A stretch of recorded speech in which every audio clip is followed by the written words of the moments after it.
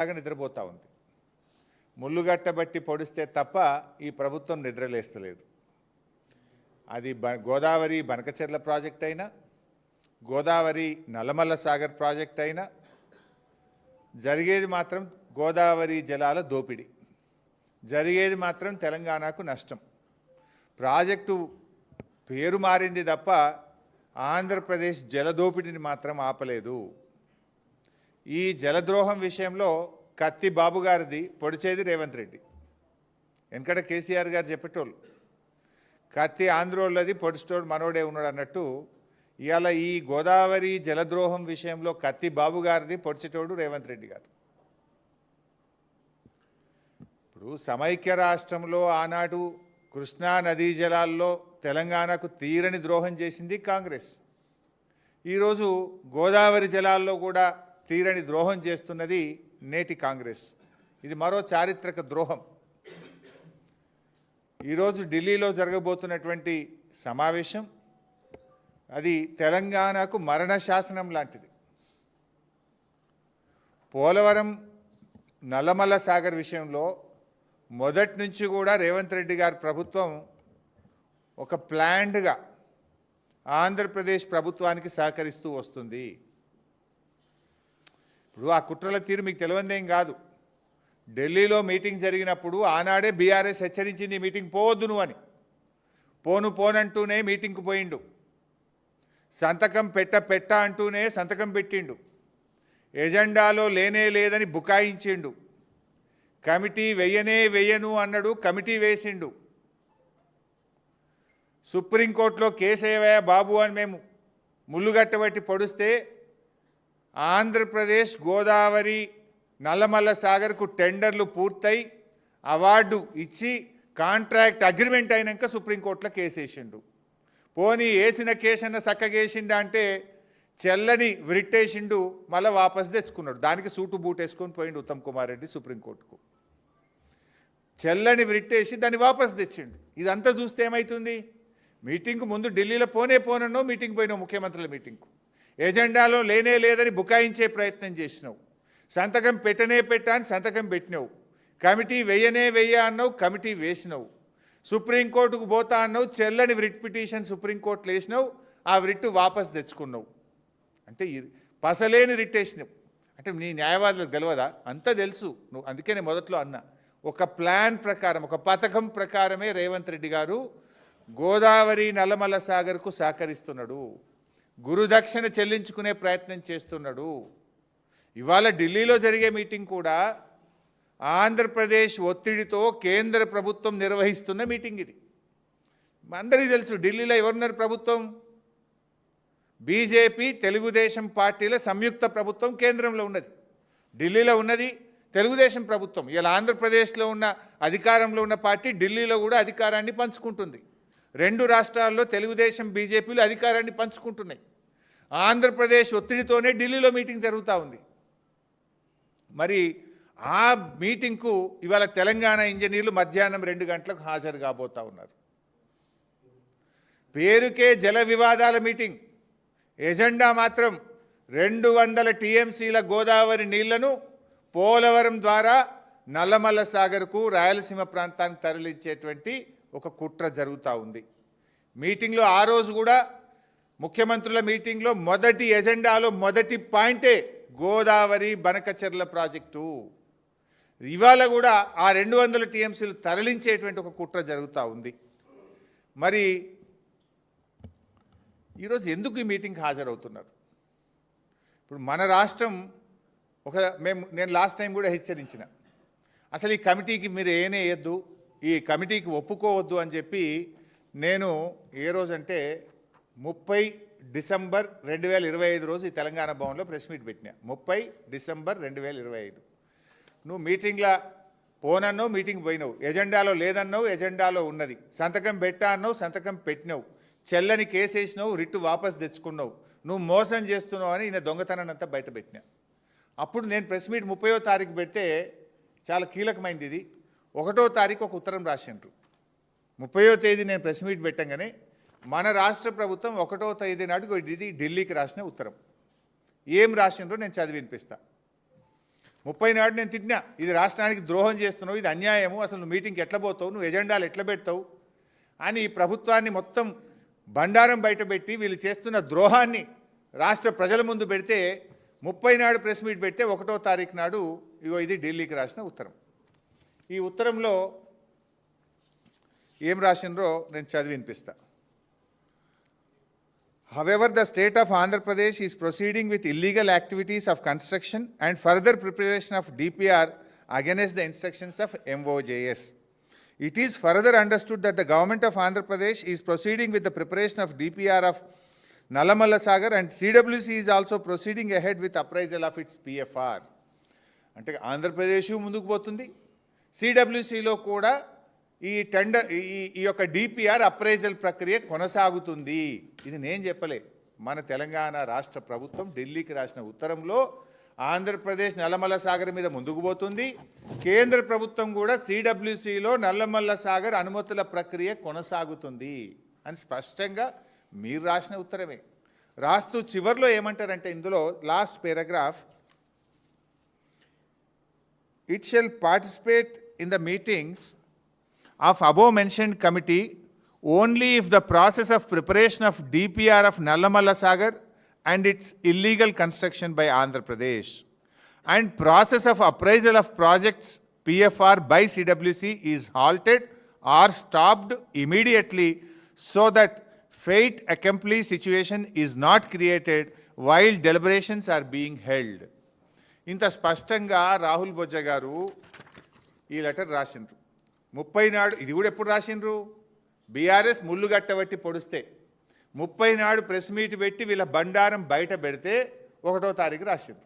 ఏమని రాసిండ్రు, కమిటీ అయితే వేసినాము కానీ ఈ కమిటీ మీటింగ్కు 2 కండిషన్లు, ఈ 2 కండిషన్లు ఒప్పుకుంటేనే మేము ఢిల్లీలో మీటింగ్కి వస్తాము అన్నారు. ఏంటి మొదటి కండిషన్ ఏంటి? మొదటి కండిషన్ ఏమో ఆంధ్రప్రదేశ్ ప్రభుత్వము నల్లమల్ల సాగర్ డిపిఆర్ తయారీ ప్రక్రియను వెంటనే ఆపాలి, ఫస్ట్ కండిషన్. 2వ కండిషన్ ఏంది, కేంద్ర ప్రభుత్వం సెంట్రల్ వాటర్ కమిషన్లో నల్లమల్ల సాగర్ అనుమతుల ప్రక్రియను తక్షణమే ఆపాలి. ఈ 2 కండిషన్లు మీరు ఒప్పుకుంటేనే ఢిల్లీలో మీటింగ్కు వస్తాము అని రాహుల్ బొజ్జా గారు మన రాష్ట్ర ప్రభుత్వము ఈ ఉత్తరం రాసింది. నౌ మై క్వశ్చన్, ఈ 2 కండిషన్లు ఒప్పుకున్నారా? కేంద్ర ప్రభుత్వం మీకేమైనా మేము సిడబ్ల్యూసిలో అనుమతుల ప్రక్రియ ఆపాము అని లెటర్ రాసిందా? మీకేమైనా చెవులో చెప్పిందా? ఆ కాగితం బయట పెట్టండి.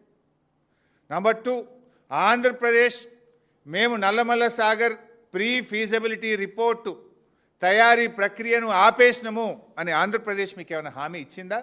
కమాన్ బయట పెట్టండి. మరి ఈ 2 జరగకుండా ఇలా మీటింగ్కి ఎందుకు పోతున్నారు? ఈ 2 జరగకపోతే మీరు మీటింగ్కి ఎందుకు పోతున్నారు? అంటే తెలంగాణ నీళ్లను ఆంధ్రాకు ధారా దత్తం చేయడానికి పోతున్నారా? రేవంత్ రెడ్డి గురు దక్షిణలో భాగంగా పోతున్నారా? తెలంగాణకు మరణ శాసనం రాయాలనుకుంటున్నారా? ఇది తెలంగాణ తెచ్చిన పార్టీ, తెలంగాణ కోసం పోరాడిన పార్టీ, తెలంగాణ హక్కులకు అన్యాయం జరుగుతుంటే ఒక్క క్షణం కూడా ఊరుకోని పార్టీ. ఊరుకోం గాక ఊరుకోం. We are the fighters. ఎన్నో త్యాగాల పునాదుల మీద తెలంగాణ తెచ్చినాం. ప్రజలు నీకు అధికారం ఇచ్చింది గోదావరి నీళ్లను ఆంధ్రాకు దారాదత్తం చేయడానికి కాదు మిస్టర్ రేవంత్ రెడ్డి. నాకు ఉత్తమ్ కుమార్ రెడ్డి గారు ఎందుకు మౌనం వహిస్తున్నారో నాకు అర్థమైతలేదు. రేవంత్ రెడ్డికి గురుదక్షిణ ఉండొచ్చు, నువ్వెందుకు మౌనంగా ఉంటున్నావు ఉత్తమ్ కుమార్ రెడ్డి గారు? ఈ ఉత్తరం నీ సెక్రటరీ నువ్వు రాసిందే కదా, నీ అప్రూవల్తోనే ఈ ఉత్తరం పోయింది కదా.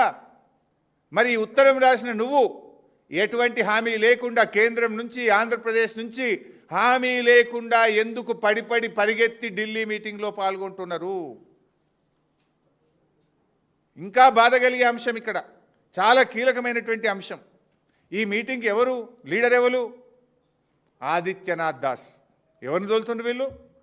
ఆదిత్యనాథ్ దాస్ని తోలుతుండ్రు. ఎవరు ఆదిత్యనాథ్ దాస్ మీ అందరికీ తెలుసు. ఒక చిన్న ఎగ్జాంపుల్ చూపిస్తా. ఆదిత్యనాథ్ దాస్ గారు ఆంధ్రప్రదేశ్ చీఫ్ సెక్రటరీగా ఉన్నప్పుడు గోదావరి రివర్ మేనేజ్మెంట్ బోర్డు 9వ మీటింగ్, ఇది మినిట్స్ ఆఫ్ ద మీటింగ్. దీంట్లో ఎవరెవరు పాల్గొన్నారో కూడా ఇక్కడ ఉంది. ఇగో ఆంధ్రప్రదేశ్ తరఫున ఎవరు పాల్గొన్నారంటే Adityanath Das IAS special chief secretary government of Andhra Pradesh.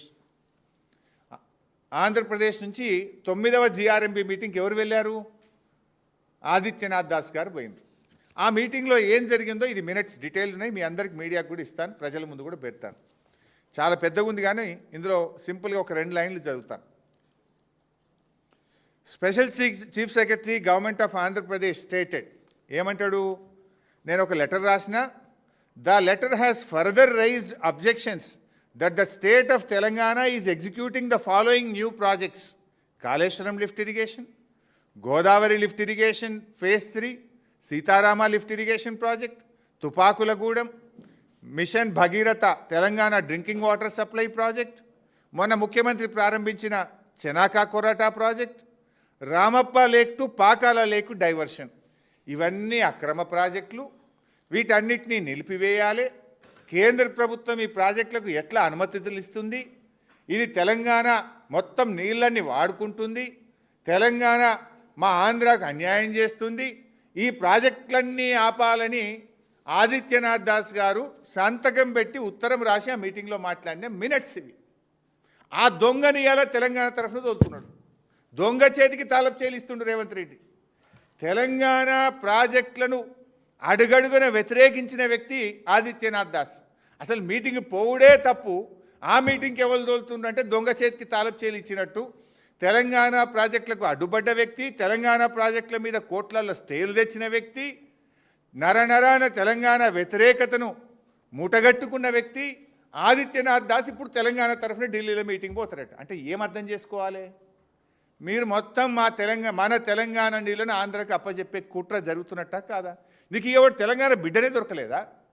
తెలంగాణలో ఒక నిఖార్సైన ఒక ఇంజనీర్ దొరకలేదా? తెలంగాణ సోయిగల్ల ఒక అధికారికి దొరకలేదా? ఈ తెలంగాణ ప్రాజెక్టులను అడ్డుకుంటూ నేను మినిట్స్ చూపిస్తున్నాను. It's not my own story, I'm showing the minutes of the meeting. ఆయన రాసిన ఉత్తరం చూపిస్తున్న, ఆదిత్యనాథ్ దాస్ రాసిన ఉత్తరం. మన కాళేశ్వరం వద్దంటాడు, మనకు మంచినీళ్ళు వద్దంటాడు, మన దేవాదులను వద్దంటాడు, ఆదిలాబాద్కు నీళ్ళు ఇచ్చే తుపాకులగూడెం వద్దంటాడు, ఇవాళ మా సమ్మక్క సాగర్ను వద్దంటాడు. ఇవాళ ఏ ప్రాజెక్ట్ తెలంగాణ ప్రాజెక్టులకు అడ్డుపడ్డ ఈ వ్యక్తి తెలంగాణకు నాయకత్వం ఎట్లా వహిస్తాడు? అసలు మీటింగ్కి ఎట్లా పోతారు? ఈ దొంగలు ఊళ్ళు వంచుకున్నట్లేదా ఇది? పోనంటూనే మీటింగ్ పోతాడు. నువ్వేమని రాసినావు? మేము మీటింగ్ రామ్. నువ్వు కేంద్ర ప్రభుత్వము CWCలో గోదావరి బనకచెర్ల అప్రైజల్ ఆపితేనే మీటింగ్కి వస్తాను. మరి ఎందుకు పోతున్నావు? ఆపినరా? ఆపితే కాగితం వచ్చిందా? ఆంధ్రప్రదేశ్ ఈ టెండర్ ఆపాలే అన్నాడు. టెండర్ ఆపుడు ఎక్కడిది? టెండర్ అయిపోయింది, ఓపెనింగ్ అయిపోయింది, ఆ టెండర్ అవార్డు అయిపోయింది, కాంట్రాక్టర్ పని కూడా స్టార్ట్ చేసిండు. మరి ఎందుకు పోతున్నావు మీటింగ్కు? మళ్ళీ ఒక సంతకం పెట్టి ఒప్పుకొని రానిక? అంటే ఈరోజు తెలంగాణ నీటి హక్కులను గంపగుత్తగా ఆంధ్రప్రదేశ్కి అప్పచెప్పే కుట్ర జరుగుతూ ఉంది. నిజంగా చెప్పాలంటే కేసీఆర్ గారి నాయకత్వంలో గోదావరి మీద 400 TMCలు కేంద్రం నుంచి అనుమతి తెచ్చినాం, 10 DPRలు పంపినాం. గోదావరి మీద 10 DPRలు ఢిల్లీకి పంపి 7 ప్రాజెక్టులకు అనుమతులు తెచ్చింది బీఆర్ఎస్ ప్రభుత్వం. 400 TMCల నీళ్ల హక్కులను సాధించింది బీఆర్ఎస్ ప్రభుత్వం. అరే నువ్వు 2 నెలలు అయింది, ఒక్క DPR పంపింది లేదు, ఒక్క అనుమతి తెచ్చింది లేదు. మేము 10 పంపి 7 తెచ్చినాం. ఇంకో 1-2 ప్రాజెక్టులు వార్దా కానీ కాళేశ్వరం సెకండ్ TMC కానీ అవి సగం అనుమతులు వస్తే మిగతా అనుమతులు తేవాల్సిన తెలంగాణ ప్రభుత్వం DPRలు వాపసు తెచ్చుకున్నది. అబ్బా ఏం గొప్ప రేవంత్ రెడ్డి, నువ్వు ఒక్క చుక్క నీళ్లు అనుమతి తెచ్చింది లేదు, ఒక్క DPR కొత్తగా పంపింది లేదు. బీఆర్ఎస్ పంపిన DPR వాపసు వచ్చింది రేవంత్ రెడ్డి పాలనలో. 10 DPRలు పంపి 7 DPRలకు 7 ప్రాజెక్టులకు మేము అనుమతులు తెచ్చినాం. ఇంకా 3 DPRలు గోదావరి మీద అక్కడ పరిశీలనలో ఉండే, వార్దా కావచ్చు